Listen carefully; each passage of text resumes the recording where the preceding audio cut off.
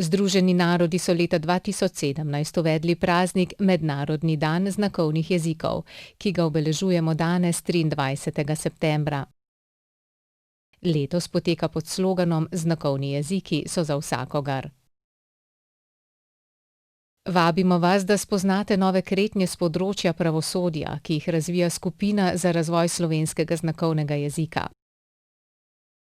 Pripravili so kretnje za aktualna in najpogosteje uporabljena besedišča v sodnih obravnavah.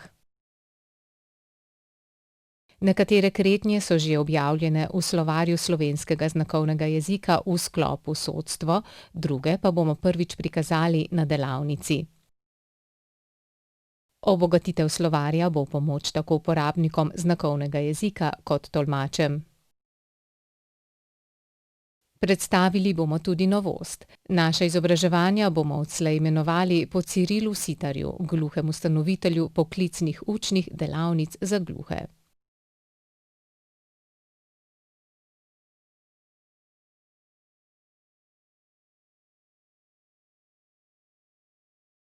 Ciril Sitar se je rodil 21. novembra 1889 na Trojanah.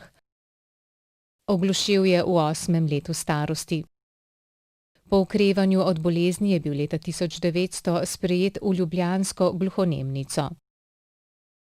Šolo je končal leta 1905, nakar se je v naslednjih 3 letih izučil mizarske stroke. Po opravljenem pomočniškem izpitu je šel za vajenca v učiteljsko tiskarno v Ljubljani. Dodatne delovne izkušnje v tiskarstvu je dobil, ko je delal v Gradcu in na Dunaju.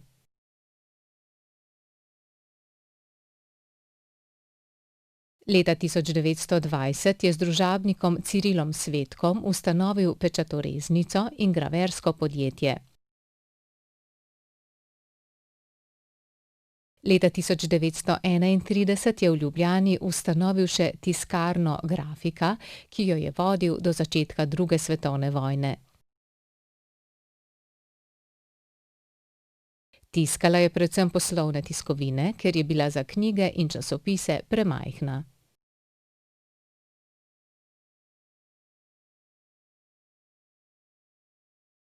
Sitar je po končani drugi svetovni vojni kot takratni predsednik Združenja oglušelih FLRJ dal pobudo za ustanovitev učne grafične delavnice za gluho mladino.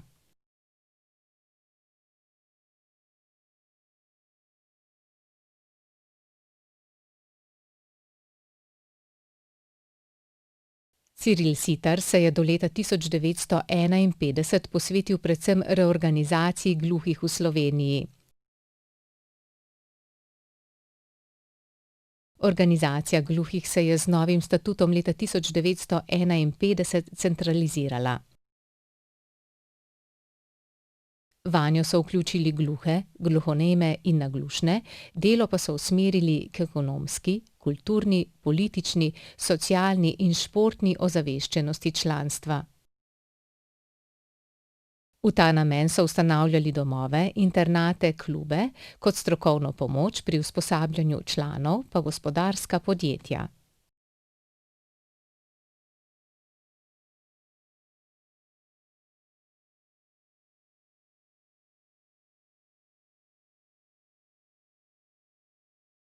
Njegovo delo je pustilo neizbrisen pečat v organiziranosti gluhih in naglušnih v Sloveniji, zato bo Zveza gluhih in naglušnih Slovenije njegov doprinos k izobraževanju gluhih in naglušnih počastila z vsakoletnim dogodkom Sitarjevi dnevi, ko bo organizirala razne izobraževalne dejavnosti.